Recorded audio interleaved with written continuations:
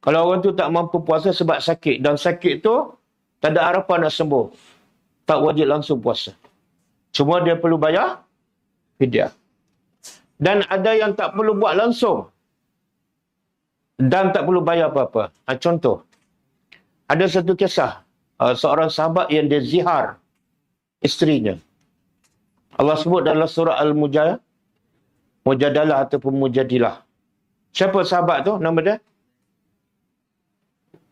Siapa sahabat yang menziharkan isterinya? Zihar ni dia kata pada isteri, belakang kamu macam belakang mak aku, contoh. Maka dia kena bayar kafarah untuk dia bersama kembali.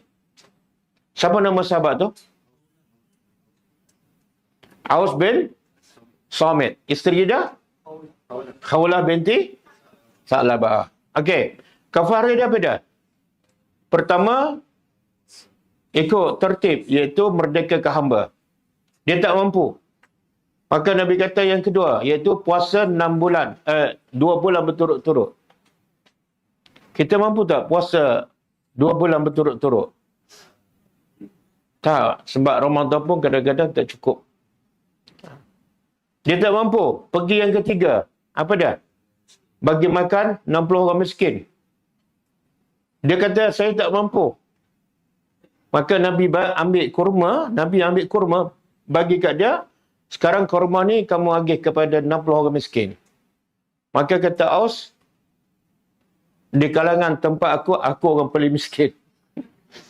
Maka Nabi kata, agihkan pada kamu dan keluarga kamu. Tak wajib langsung. Itu Islam. La yukallifullahu nafsan illa wus'aha.